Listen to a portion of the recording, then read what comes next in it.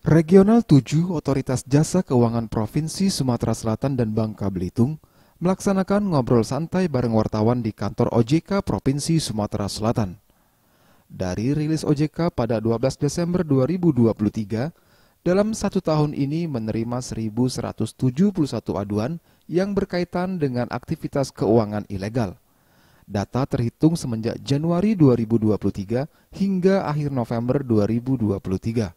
Terdapat 783 aduan aktivitas keuangan yang berkaitan dengan pinjol, dan permasalahan pinjol ini paling banyak dialami untuk masyarakat Kota Palembang dengan jumlah mencapai 484 pengaduan.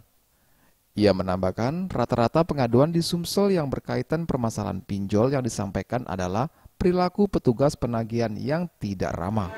Terus meningkat.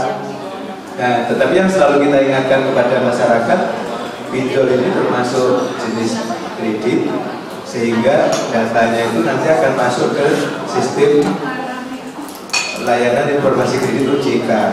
Jadi kalau nanti pinjaman online-nya banyak, terus lupa nggak bayar, nanti masuk ke daftar hitam.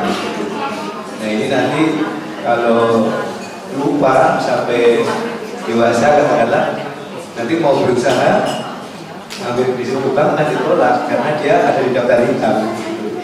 Dan ini udah kejadian. Jadi banyak mahasiswa kita.